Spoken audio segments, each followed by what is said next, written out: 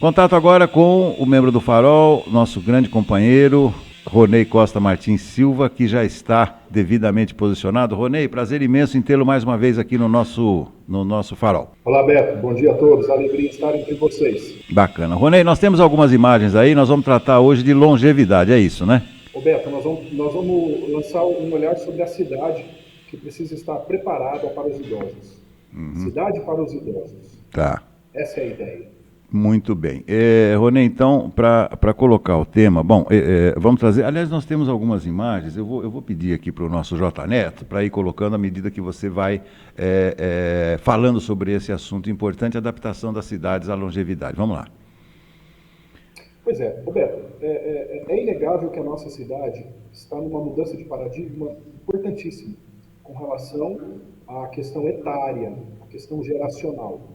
Se na década de 40 a expectativa de vida era algo em torno, no Brasil, era algo em torno de 45 anos, hoje a expectativa de vida do brasileiro médio é algo em torno de 76 anos. E a ideia é que em 2050 a expectativa de vida chegue a 80 anos.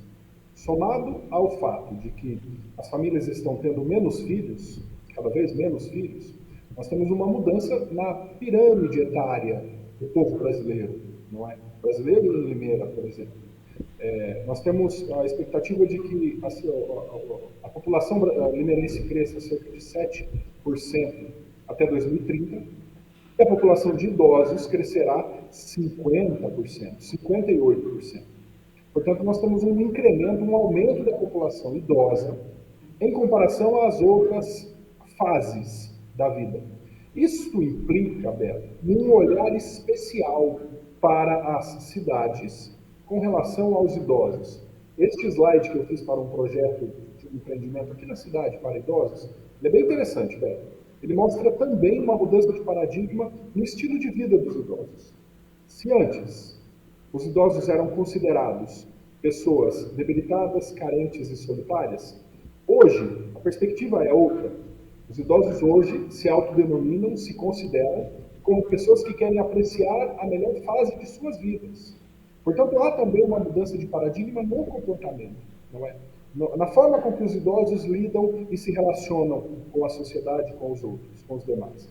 Por esta razão, Beto, é preciso que nós pensemos o espaço urbano, a cidade, as praças, as calçadas, os lugares de convívio, sob a perspectiva dos idosos, que são pessoas que estão numa fase da vida que lhes impõe, por exemplo, a idade lhes impõe, por exemplo, alguma dificuldade para se locomover, alguma limitação visual. E estas limitações que esta fase da vida impõe precisam ser bem acolhidas pela sociedade e pela cidade, coisa que, por exemplo, nós não vemos.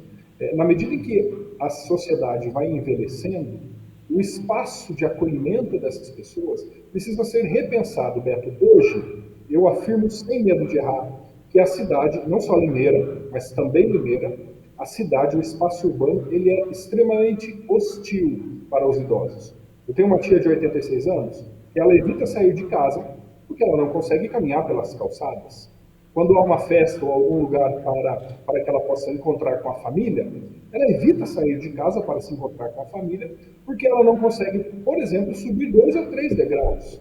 Não consegue se locomover por uma calçada. Isso tudo, Beto, precisa ser pensado para que nós possamos garantir que esta fase, esta fatia da sociedade, que é cada vez mais intensa, cada vez maior, seja acolhida dignamente. A cidade ela precisa ser mais amigável para os idosos. Isso é fundamental e indispensável. Dever dos arquitetos, dever dos líderes políticos, dever de todos nós que precisamos tornar as nossas cidades mais amigáveis para os idosos. Isso sem dúvida. Veja esse slide, Beto. Coisa interessantíssima. Isso eu captei numa pesquisa que vale a pena ser citado. Aos 25 anos, sim, estou vendo aqui. Aos 25 anos, 92% dos desejos são unicamente voltados para si mesmos. Enquanto que aos 60 anos, é quase um terço, olha, 29% dos desejos são para si, mas 32% são para a família e 21% são voltados para a humanidade. esta chave de mudança, Beto, na perspectiva do idoso, para com as suas preocupações e seus interesses, é algo que nos chama muito a atenção. Isso porque aos 25 anos o indivíduo ele quer pensar no seu futuro, construir a sua vida, e na medida em que nós vamos envelhecendo, as nossas preocupações vão sendo transferidas de nós mesmos para os outros, numa mudança mais altruísta de visão de mundo. É algo bastante interessante. Enfim, Beto, as nossas cidades, praças, espaços públicos, vias de circulação, elas são hostis para os idosos. E isto não pode. Nós precisamos mudar este paradigma. Deixa eu te fazer uma pergunta, Ronei. Pois não. Porque você teve um mandato como vereador e eu queria te colocar uma questão muito simples. Tem tanta coisa para a gente falar sobre isso que você está colocando hoje, mas eu vou começar com uma questão muito simples. A minha mãe, nos últimos anos de vida, ela teve problema de locomoção. E não era locomoção por problema muscular, foi por problema emocional. Ela tinha medo de andar.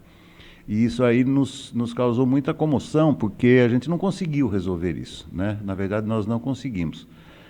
Não houve uma identificação disso. E a locomoção, caminhar, ainda hoje, logo cedo eu passei no açougue do Paulo lá para pegar alguma coisa para a hora do almoço e tal, e aí eu vi que chegou um senhorzinho, logo 15 para as 8 da manhã, e a gente percebe que tem uma população idosa que se desloca demais, Ronei, porque acorda, vai na padaria, compra um pão, passa no açougue, vai numa banca de jornal. E eu sempre fui muito crítico em relação às calçadas. Por isso que eu digo que o problema é muito elementar, mas é muito importante. O que acontece? Não tem uma legislação um pouco mais dura em relação a tornar as nossas calçadas assim mais humanizadas, vamos dizer assim. Falta fiscalização, porque às vezes, uma vez eu vi um fato, Ronei, lá no bairro do Secap, quando eu fui acompanhar uma partida de futebol lá no Gigantão. E eu estacionei meu carro lá perto, e aí tem uma espécie assim de uma rua mais inclinada. Sabe essas ruas que eles vão fazendo as garagens e aí colocam 2 degraus para o sujeito de baixo, aí o de baixo coloca mais 2 degraus para o de baixo, então não fica uma calçada uniforme, fica uma grande calçada cheia de degraus. Então você que já foi vereador, você já fez uma análise nisso? O que está faltando, hein, Rony? Beto, já fiz sim. A questão é mais profunda. A legislação ela é rigorosa. As calçadas elas não podem ter uma inclinação mais do que 2%, e as pessoas não podem utilizar a calçada para ser uma via de alcance para a sua garagem. Por exemplo, as pessoas não podem fazer a calçada inclinada para que o carro possa adentrar o seu imóvel. Há casos que as pessoas inclinam a calçada porque a garagem dentro da casa ela está bem alta. Tá. E isso impede circulação.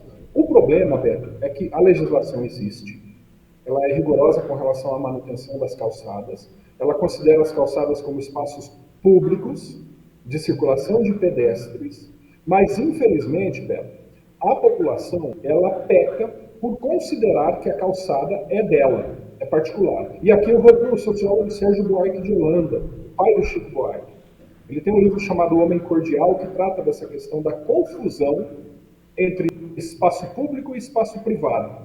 As pessoas tendem a considerar que a calçada é delas, que elas compraram o direito de utilizar a calçada como bem pretendem. Colocam, por exemplo, azulejos escorregadios na calçada, mudam a inclinação, fazem degraus na calçada, mudam a característica do portão de entrada do veículo, porque a garagem é curta, estreita demais para um veículo longo, e elas alteram a característica do portão para que o portão tenha uma espécie de barriga para acolher o veículo que fica com a sua traseira, com uma parte fora do seu imóvel, portanto, avançando para dentro da calçada. As pessoas fazem isso costumeiramente. O problema, Beto, é que o município não tem um contingente de fiscais suficientes para notificar todo mundo que comete irregularidades. E aí falta um pouco de consciência coletiva e consciência política de cada indivíduo, de cada cidadão que possui um imóvel e que altera desavisadamente e ilegalmente as características de suas calçadas. As calçadas não podem ser alteradas. Elas precisam ter uma solução de continuidade para que todas as pessoas, sejam idosos, seja um deficiente, cadeirante, seja uma mãe ou um pai com uma criança num carrinho de bebês, para que estas pessoas citadas possam circular pelas calçadas. Hoje, os idosos e essas pessoas que eu já citei, elas só têm uma alternativa, Beto: circular pelas ruas, correndo o risco de serem, por exemplo, atropeladas. Isso é um problema grave, que tem a ver, Beto, com a nossa educação. Tem a ver com o nosso costume, conforme citou Sérgio Buarque de Holanda, de confundir espaço público e espaço privado, tendo a inclinação de considerar o espaço público como se fosse da própria pessoa. Isso é um problema educacional que nós precisamos resolver. Ronei, vamos pensar um pouquinho nas praças antes da gente terminar, né? Recentemente, conversando com o secretário de Esportes, Luiz Augusto Zanon, eu o cumprimentei, porque eu sei, já fui secretário de Esportes, é muito difícil você ter uma verba extra nessa pasta, mas ele tem logrado êxito aí na fixação desses polos de ginástica ao ar livre, né? As academias ao ar livre, isso aí é muito importante. E tem um fato bastante curioso, também a gente não percebe muito vandalismo em relação a isso também. Na questão das praças, Rony, nós estamos aí na iminência da reforma da praça lá da Maria Buzilim, os trailers já saíram, nós já discutimos isso aqui no nosso farol. Você é favorável, por exemplo, à ampliação do número de bancos e uma certa infraestrutura, por exemplo, banheiros? Praça tem que ter banheiro público, não tem? O que você pensa disso, exatamente pensando nesse conforto para os idosos, hein, Rony? Sem dúvida, Beto. As praças precisam ter condições de acolhimento digno para as pessoas. As academias ao ar livre, os bancos, algumas praças no Parque Nossa Senhora das Dores, eu morei lá a vida toda, elas possuem mesas com 4 banquinhos de concreto. As pessoas, os idosos ali jogam dominó, jogam cartas, não é? Se entretêm debaixo da sombra de uma árvore. Portanto, nós chamamos estes itens de mobiliário urbano. Estes itens de mobiliário urbano, eles são indispensáveis para que as praças e os espaços públicos possam atrair confortavelmente as pessoas, os idosos, aqueles que pretendem utilizar os equipamentos urbanos. Eu costumo dizer, Beto, que esses espaços públicos, eles devem ser considerados a extensão da área de convívio das nossas casas, para que nós possamos sair de casa e conviver com os demais. Eu sou, como urbanista, eu sou muito contra a ideia de que dentro de uma residência você possa ter a satisfação de todas as suas necessidades sociais. É preciso que nós sejamos estimulados a sair de nossas casas e ocupar os espaços públicos para que nós possamos nos relacionar com os outros. Porque nós nos tornamos humanos e nos humanizamos na relação com o outro. O ser humano é considerado um ser humano na medida em que ele se relaciona. Isto só pode acontecer fora de nossas casas, no espaço público. Portanto, o espaço público ele é um ambiente fundamental para que nós possamos nos humanizar, exercer a alteridade, exercer a empatia, exercer a capacidade de reconhecer no outro um sujeito de direitos, diferente de mim, mas iguais na garantia dos direitos. Isto só acontece na medida em que eu me relaciono, sobretudo com aqueles que são diferentes de mim. E é por isso que a crítica dos condomínios fechados aqui ela é fundamental. Na medida em que eu me isolo entre iguais, entre pessoas da mesma faixa etária, da mesma faixa de renda, entre pessoas da mesma etnia, entre pessoas com as mesmas características ou semelhantes, eu passo a considerar o outro, ou seja, a alteridade, o outro, uma ameaça. Porque eu não convivo com o outro.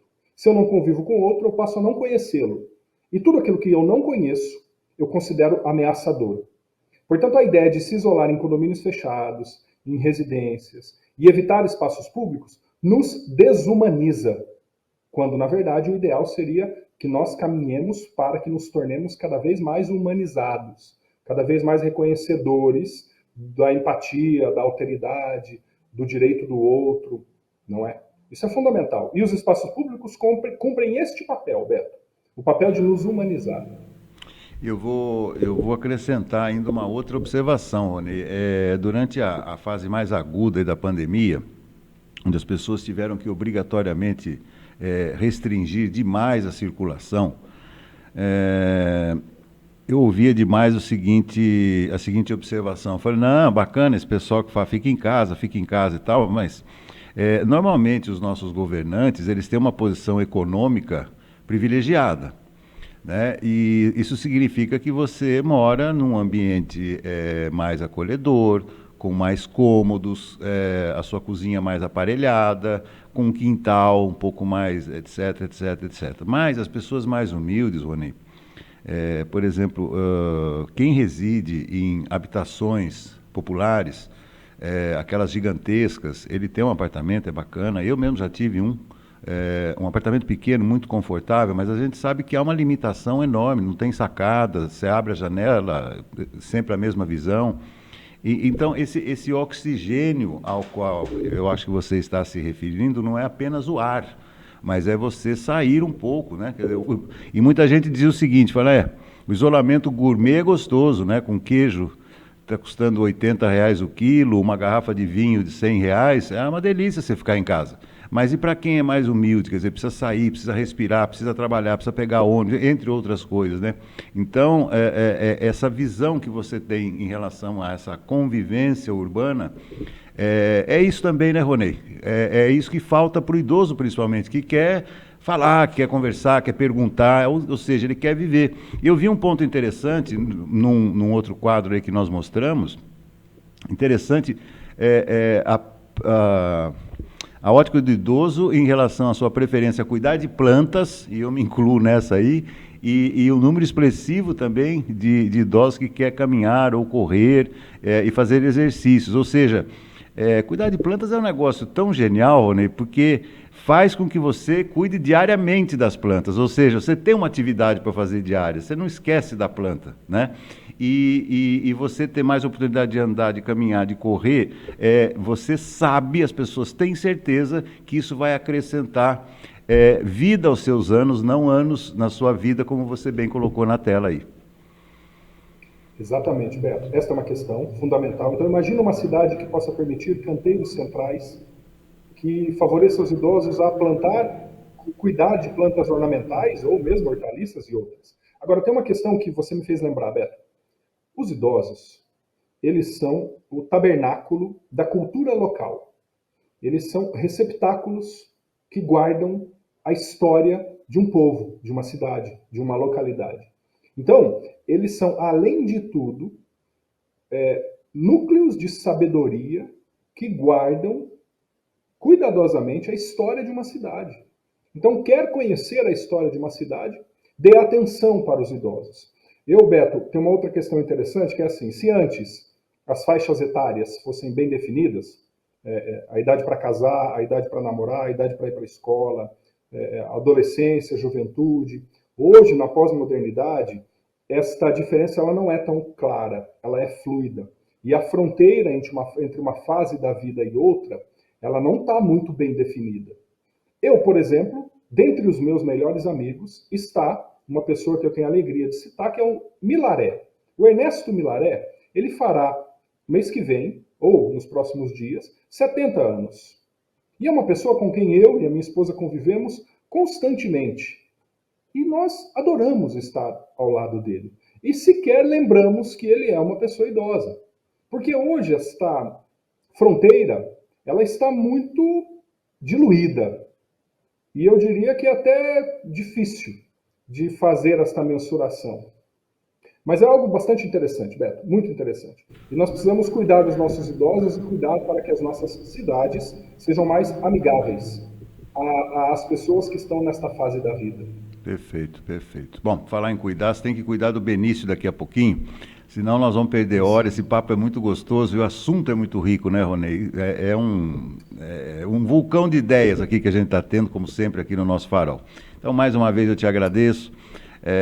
Tenha uma ótima sequência de semana. E olha, eu vou usar essas telas aí para escrever algo muito importante que você coloca. Você já me inspirou para um ponto 1 também nesse final de semana aí na tribuna. Ronei, mais uma vez, muitíssimo obrigado. Até a próxima. Abraço, fica bem. Tchau. Tchau.